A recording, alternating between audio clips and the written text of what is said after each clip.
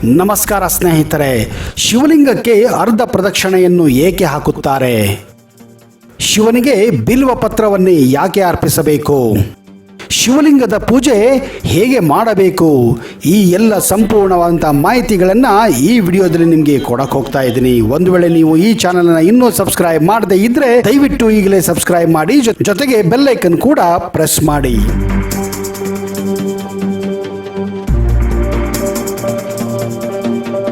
ಶಿವನಿಗೆ ಹಾಕುವ ಪ್ರದಕ್ಷಿಣೆಯು ಅರ್ಧಚಂದ್ರನಂತೆ ಅಂದರೆ ಸೋಮಸೂತ್ರಿಯಾಗಿರುತ್ತದೆ. ಪಾಣಿಪೀಠದಿಂದ ಉತ್ತರ ದಿಕ್ಕಿನ ಕಡೆಗೆ ಮಂದಿರದ ವಿಸ್ತಾರದ ಕೊನೆಯವರೆಗೆ ಅಂದರೆ ಪ್ರಾಂಗಣದವರೆಗೆ ಹೋಗುವ ಹರಿನಾಳಕ್ಕೆ ಸೋಮಸೂತ್ರವೆನ್ನುತ್ತಾರೆ. ಶಿವಲಿಂಗದ ಎದುರು ನಿಂತಾಗ ಬಲಬದಿಗೆ ಅಭಿಷೇಕದ ನೀರು ಹೋಗುವ ಹರಿನಾಳ ಇರುತ್ತದೆ. ಪ್ರದಕ್ಷಿಣೆಯ ಮಾರ್ಗವು ಅಲ್ಲಿಂದ ಆರಂಭವಾಗುತ್ತದೆ. ಪ್ರದಕ್ಷಿಣೆ ಹಾಕುವಾಗ ಹರಿನಾಳದಿಂದ ಆರಂಭಿಸಿ ತಮ್ಮ ಎಡಬದಿಯಿಂದ ಹರಿನಾಳದ ಇನ್ನೊಂದು ಬದಿಗೆ ಹೋಗಬೇಕು. ನಂತರ ಹರಿನಾಳವನ್ನು ದಾಟದೆ ಹಿಂತಿರುಗಿ ಪುನಃ ಹರಿನಾಳದ ಮೊದಲ ಬದಿಯವರೆಗೆ ಬಂದು ಪ್ರದಕ್ಷಿಣೆಯನ್ನು ಪೂರ್ಣಗೊಳಿಸಬೇಕು.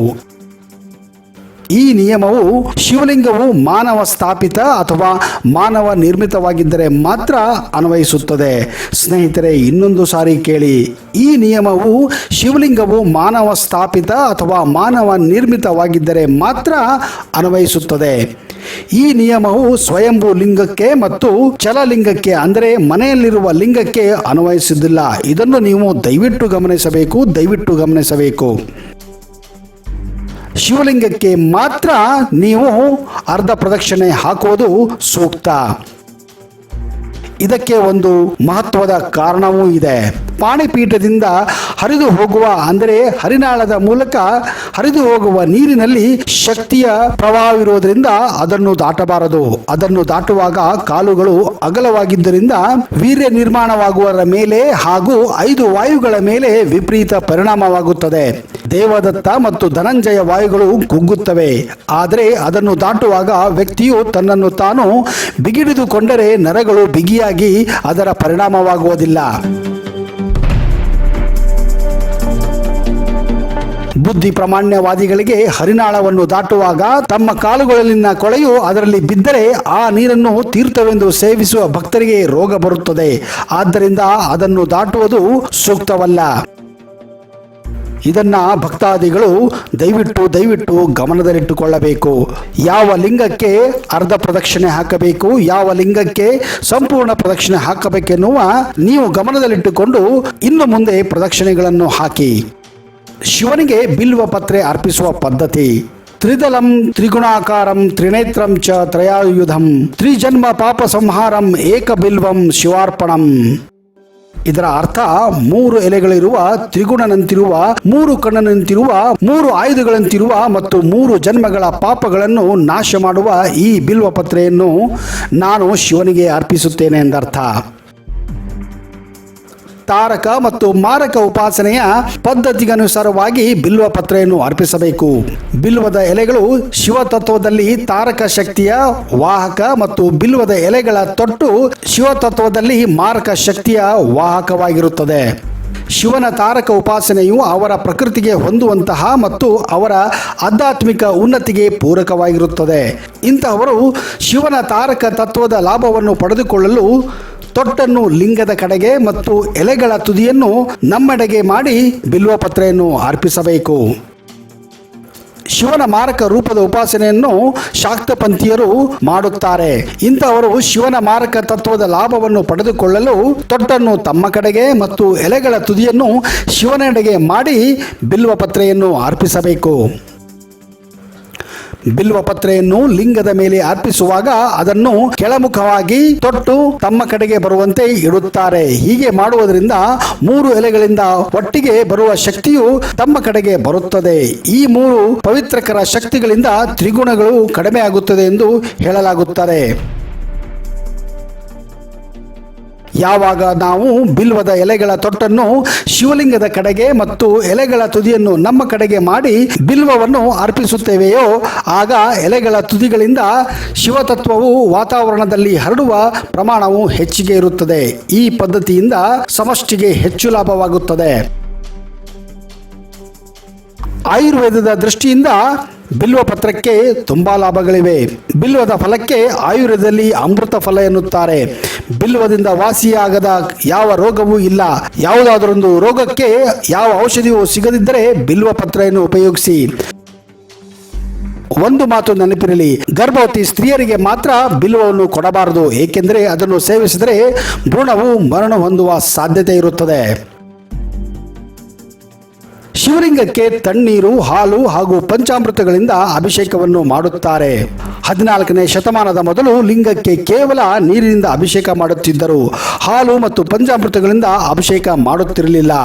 ಹಾಲು ಮತ್ತು ತುಪ್ಪ ಇವು ಸ್ಥಿತಿಯ ಪ್ರತೀಕಾರವಾಗಿರುವುದರಿಂದ ಲಯದ ದೇವತೆಯಾಗಿರುವ ಶಂಕರನ ಪೂಜೆಯಲ್ಲಿ ಅವುಗಳನ್ನು ಉಪಯೋಗಿಸುತ್ತಿರಲಿಲ್ಲ. ಆದರೆ 14ನೇ ಶತಮಾನದಲ್ಲಿ ಹಾಲನ್ನು ಶಕ್ತಿಯ ಪ್ರತೀಕವೆಂದು ತಿಳಿದುಕೊಂಡು ಪಂಚಾಮೃತ ಅಭಿಷೇಕ, ದುಗ್ಗಾಭಿಷೇಕ ಮುಂತಾದವುಗಳನ್ನು ಪ್ರಾರಂಭಿಸಿದರು. ಅರಿಶಿನವು ಭೂಮಿಯಲ್ಲಿ ತಯಾರಾಗುತ್ತದೆ ಮತ್ತು ಅದು ಉತ್ಪತ್ತಿಯ ಪ್ರತೀಕವಾಗಿದೆ.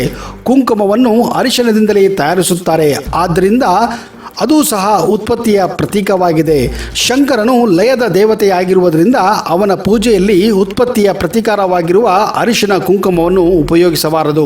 ಭಸ್ಮವು ಲಯದ ಪ್ರತೀಕಾರವಾಗಿರುವುದರಿಂದ ಅದನ್ನು ಮಾತ್ರ ಉಪಯೋಗಿಸುತ್ತಾರೆ. ಲಿಂಗದ ಪೂಜೆಯನ್ನು ಮಾಡುವಾಗ ಬಿಳಿ ಬಣ್ಣದ ಅಕ್ಷತೆಯನ್ನು ಉಪಯೋಗಿಸುವುದು ಯೋಗ್ಯವಾಗಿದೆ. ಅಕ್ಷತೆಯು ವೈರಾಗ್ಯ ಅಂದರೆ ನಿಷ್ಕಾಮ ಸಾಧನೆಯ ದ್ಯೋತಕವಾಗಿದೆ. ಅಕ್ಷತೆಗೆ ನಿರ್ಗುಣಕ್ಕೆ ಸಂಬಂಧಿಸಿದ ಮೂಲ ಉಚ್ಚ ದೇವತೆಗಳ ಲಹರಿಗಳು ಆಕರ್ಷಿಸುತ್ತವೆ. ಶಂಕರನು ಉಚ್ಚ ದೇವತೆಯಾಗಿದ್ದು ಅವನು ಅತಿ ಹೆಚ್ಚು ಪ್ರಮಾಣದಲ್ಲಿ ನಿರ್ಗುಣಕ್ಕೆ ಸಂಬಂಧಿಸುವುದರಿಂದ ಲಿಂಗ ಪೂಜೆಯಲ್ಲಿ ಅಕ್ಷತೆಯನ್ನು ಉಪಯೋಗಿಸುವುದರಿಂದ ಶಿವತತ್ವಕ್ಕೆ ಹೆಚ್ಚು ಲಾಭ.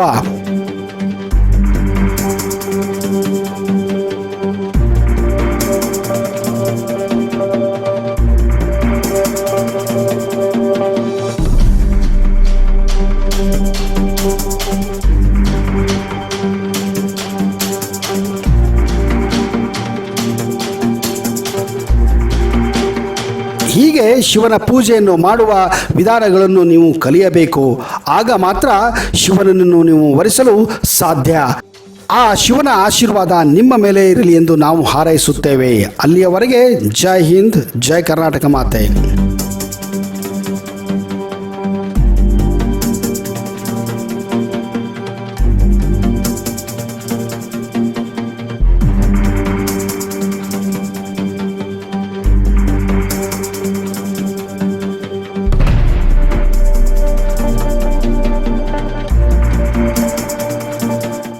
ವಿಭೂತಿಯ ಅರ್ಥ ಏನು? ವಿಭೂತಿ ಹೇಗೆ ತಯಾರಾಗುತ್ತದೆ? ವಿಭೂತಿ ಯಾಕೆ ಹಚ್ಚುತ್ತಾರೆ? ವಿಭೂತಿಯ ಶಕ್ತಿ ಎಂಥದ್ದು? ಹಣೆಗೆ ಹಚ್ಚಿಕೊಳ್ಳುವ 3 ಗೆರೆಗಳ ಅರ್ಥ ಏನು? ವಿಭೂತಿ ಯಾರ ಹಚ್ಚಬೇಕು? ವಿಭೂತಿಯ ಉಪಯೋಗ ಏನು? ನಮಸ್ಕಾರ ಸ್ನೇಹಿತರೆ. ಹಣೆಗೆ ವಿಭೂತಿ ಅಥವಾ ಭಸ್ಮವನ್ನು ಹಚ್ಚಿಕೊಳ್ಳುವುದು ಸರ್ವೇ ಸಾಮಾನ್ಯ. ದೇವಾಲಯಗಳಲ್ಲಿ ಪೂಜಾರಿಗಳು ಹಣೆಯ ಮೇಲೆ 3 ಸಾಲಿನ ಭಸ್ಮವನ್ನು ಹಚ್ಚಿಕೊಂಡಿರುತ್ತಾರೆ. ಮಾತ್ರವಲ್ಲದೆ ಶಿವಶರಣರು, ಸ್ಮಾರ್ತ ಬ್ರಾಹ್ಮಣರು ಹಾಗೂ ಲಿಂಗಾಯತರು ಕೂಡ ಹಣೆಗೆ ವಿಭೂತಿಯನ್ನು ಹಚ್ಚುತ್ತಾರೆ. ಭಸ್ಮದ ರೂಪದಲ್ಲಿರುವ ವಿಭೂತಿಯನ್ನು ಹಣೆಯ ಮೇಲೆ ತೋರು ಬೆರಳು, ಮಧ್ಯ ಹಾಗೂ ಉಂಗುರ ಬೆರಳುಗಳ ಸಹಾಯದಿಂದ ಅನ್ವಯಿಸಲಾಗುತ್ತದೆ.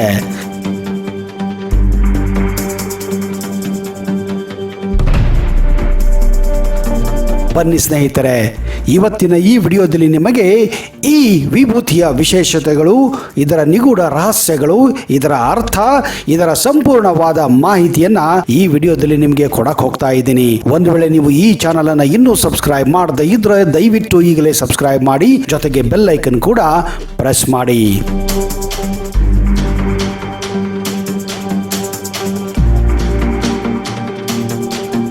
ಕೆಟ್ಟದ್ದನ್ನು ನಾಶ ಮಾಡುವ ಶಕ್ತಿಯನ್ನು ವಿಭೂತಿ ಹೊಂದಿದೆ. ಜೊತೆಗೆ ಯಾವುದೇ ದುಷ್ಟ ಶಕ್ತಿ ಹಾಗೂ ಋಣಾತ್ಮಕ ಶಕ್ತಿಗಳಿಂದಲೂ ಇದು ನಮ್ಮನ್ನು ರಕ್ಷಿಸುತ್ತದೆ. ಸರ್ವಲೋಕ ರಕ್ಷಕನಾದ ಶಿವನು ತನ್ನ ಮೈಪೂರ್ತಿ ಈ ವಿಭೂತಿ ಹಚ್ಚಿಕೊಂಡಿರುವ ಹಿಂದೆ ಒಂದು ರೋಚಕ ಕಥೆಯೇ ಇದೆ. ಪುರಾಣದ ಪ್ರಕಾರ ಭೃಗಮಹರ್ಷಿಯು ಒಮ್ಮೆ ಘೋರ ತಪಸ್ಸನ್ನು ಆಚರಿಸುತ್ತಿರುತ್ತಾರೆ. ಈ ಸಂದರ್ಭದಲ್ಲಿ ಕಾಡಿನಲ್ಲಿರುವ ಹಣ್ಣು ಹಾಗೂ ತರಕಾರಿಯನ್ನು ಮಾತ್ರ ಸೇವಿಸುತ್ತಿದ್ದರು. ಒಂದು ದಿನ ಹುಲ್ಲನ್ನು ಕತ್ತರಿಸುತ್ತಿರುವಾಗ ಆಕಸ್ಮಿಕವಾಗಿ ತಮ್ಮ ಬೆರಳನ್ನು ಕತ್ತರಿಸಿಕೊಳ್ಳುತ್ತಾರೆ. ಆಗ ಬೆರಳಿನಿಂದ ರಕ್ತದ ಬದಲು ಮರದ ಕಾಂಡ ಕತ್ತರಿಸಿದಾಗ ಬರುವ ರಸದಂತಿರುವ ದ್ರವ ಬರಲು ಪ್ರಾರಂಭ ಮಾಡುತ್ತದೆ. ಇದನ್ನು ನೋಡಿದ ಭೃಗು ಮಹರ್ಷಿಯು ತಮ್ಮ ತಪಸ್ಸಿನ ಫಲದಿಂದ ದ್ರವ ಬಸರುತ್ತಿದೆ ಎಂದು ಹೆಮ್ಮೆ ಪಟ್ಟುಕೊಂಡು, ಹೀಗೆ ಆಗುವುದರಿಂದ ಅವರ ಅಹಂ ಕೂಡ ಜಾಸ್ತಿ ಆಗುತ್ತದೆ. ಶಿವನು ಭೃಗು ಮಹರ್ಷಿಯ ಅಹಂ ತೊರೆಯಲು ಮುದುಕನ ವೇಷ ಧರಿಸಿ ಮಹರ್ಷಿಯ ಬಳಿ ಬಂದು, ಏಕೆ ಇಷ್ಟೊಂದು ಸಂತಸದಿದ್ದೀರಾ ಎಂದು ಕೇಳುತ್ತಾರೆ. ಅದಕ್ಕೆ ಭೃಗು ಮಹರ್ಷಿಯು ತಾನು ಮಾಡಿದ ತಪಸ್ಸು ಫಲ ನೀಡಿದೆ. ತಪೋಬಲದಿಂದಾಗಿ ನಾನು ನನ್ನ ರಕ್ತವು ಒಂದು ಪವಿತ್ರ ಮರವನ್ನು ಕತ್ತರಿಸಿದರೆ ಬರುವ ರಸದಂತೆ ಪರಿವರ್ತನೆಯಾಗಿದೆ ಎಂದು ಅಹಂಕಾರದಿಂದ ಹೇಳುತ್ತಾರೆ. ಆಗ ಶಿವನು, ಒಂದು ಮರವನ್ನು ಕತ್ತರಿಸಿ ಸುಟ್ಟರೆ ಅದು ಭಸ್ಮವಾಗುತ್ತದೆ, ಅದರಲ್ಲಿ ಖುಷಿ ಪಡುವಂಥದ್ದು ಏನಿದೆ ಎಂದು ತನ್ನ ಬೆರಳನ್ನು ಕತ್ತರಿಸಿಕೊಂಡನು. ಆಗ ಮುದುಕನ ವೇಷದಲ್ಲಿದ್ದ ಶಿವನ ಕೈಯಿಂದ ರಕ್ತದ ಬದಲು ವಿಭೂತಿ ಬರಲು ಪ್ರಾರಂಭವಾಗುತ್ತದೆ. ಆಗ ಭೃಗು ಮಹರ್ಷಿಯು ಮುದುಕನ ವೇಷದಲ್ಲಿ ಬಂದಿರುವುದು ಸಾಕ್ಷಾತ್ ಪರಮೇಶ್ವರನೇ ಎಂದರಿತು ತನ್ನ ಮೇಲೆ ಇರುವ ಹೆಮ್ಮೆ ಹಾಗೂ ಅಹಂಕಾರವನ್ನು ತೊಡೆದುಹಾಕುತ್ತಾನೆ.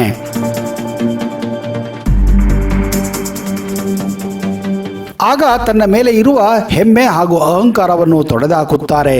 ಅಂದಿನಿಂದ ಭಸ್ಮವು ಶಿವನ ಅಂಶವಾಗಿ ಪರಿಗಣಿಸಲ್ಪಡುತ್ತಿದೆ. ಶಿವನ ಅಂಶವಾಗಿರುವ ವಿಭೂತಿಯನ್ನು ಈ ಕಾರಣದಿಂದ ಬಹಳ ಪವಿತ್ರವೆಂದು ಪರಿಗಣಿಸಲಾಗಿದೆ. ಹೀಗಾಗಿ ಇಂದಿಗೂ ಹಿಂದೂ ಧರ್ಮದಲ್ಲಿ ಅನೇಕರು ದುಷ್ಟ ಶಕ್ತಿಯನ್ನು ದೂರವಿಡಲು ಹಾಗೂ ನಕಾರಾತ್ಮಕ ಆಲೋಚನೆಗಳನ್ನು ದೂರವಿಡಲು ಭಸ್ಮ ಅಥವಾ ವಿಭೂತಿಯನ್ನು ಹಚ್ಚಿಕೊಳ್ಳುತ್ತಾರೆ.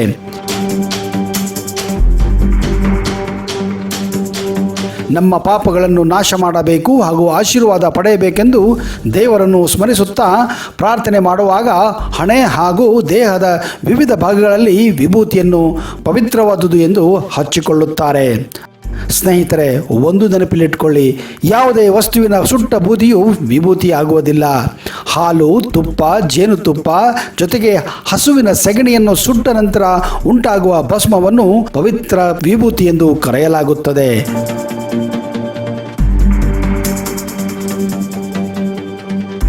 ಈ ಶಿವನ ಆರಾಧನೆಯಲ್ಲಿ ಬರುವಂತಹ ಒಂದು ತತ್ವ ಸಂಸ್ಕಾರವಾಗಿದೆ. ವಿಭೂತಿಯನ್ನು ಧರಿಸುವವನಿಗೆ ಆಧ್ಯಾತ್ಮಿಕ ಶಕ್ತಿ ಲಭಿಸುತ್ತದೆ. ವಿಭೂತಿ ಎಂದರೆ ಮಹಿಮೆ. ಇದನ್ನು ಹಚ್ಚಿಕೊಳ್ಳುವವರಿಗೆ ತೇಜಸ್ಸು ಇನ್ನೂ ಸಮೃದ್ಧಿಯಾಗುತ್ತದೆ. ಅನಾರೋಗ್ಯ ಮತ್ತು ನಕಾರಾತ್ಮಕ ಶಕ್ತಿಗಳಿಂದ ಇದು ರಕ್ಷಣೆ ನೀಡುತ್ತದೆ.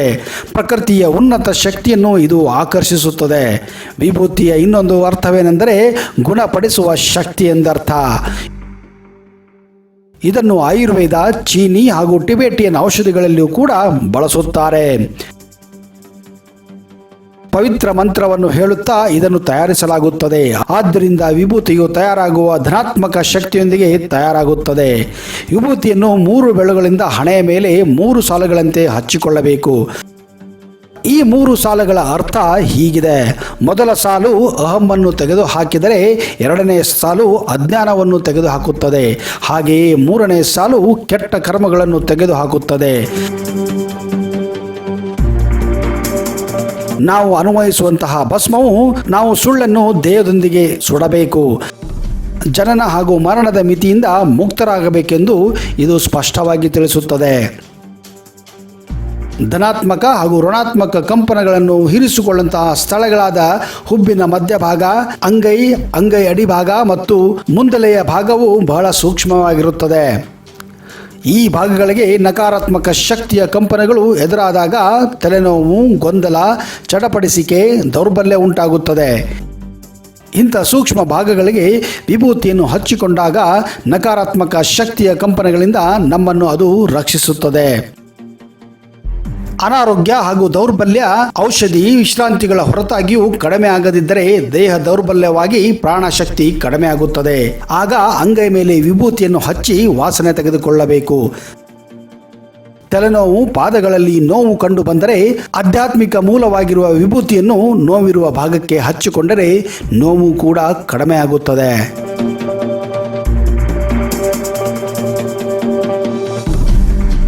ಸ್ನೇಹಿತರೆ, ಇಂತಹ ಹಲವಾರು ಉಪಯೋಗಗಳು ವಿಭೂತಿಯಲ್ಲಿವೆ. ಇದು ತೋರಿಕೆಗೆ ಮಾತ್ರ ಹಚ್ಚಿಕೊಳ್ಳುವುದಿಲ್ಲ, ಇದಕ್ಕೆ ತನ್ನದೇ ಆದ ಆಧ್ಯಾತ್ಮಿಕ ಮಹತ್ವವೂ ಕೂಡ ಇದೆ. ವಿಭೂತಿಯನ್ನು ಆದಷ್ಟು ಹೆಚ್ಚಿಗೆ ಬಳಸಿ ನಿಮ್ಮ ದೇಹವನ್ನು, ನಿಮ್ಮ ಶಕ್ತಿಯನ್ನು ಸಮೃದ್ಧಿಸಿ. ನಿಮಗೆ ಒಳ್ಳೆಯದಾಗಲಿ ಎಂದು ಫೋಕಸ್ ತಂಡ ನಿಮಗೆ ಹಾರೈಸುತ್ತದೆ. ಅಲ್ಲಿಯವರೆಗೆ ಜೈ ಹಿಂದ್, ಜೈ ಕರ್ನಾಟಕ ಮಾತೆ.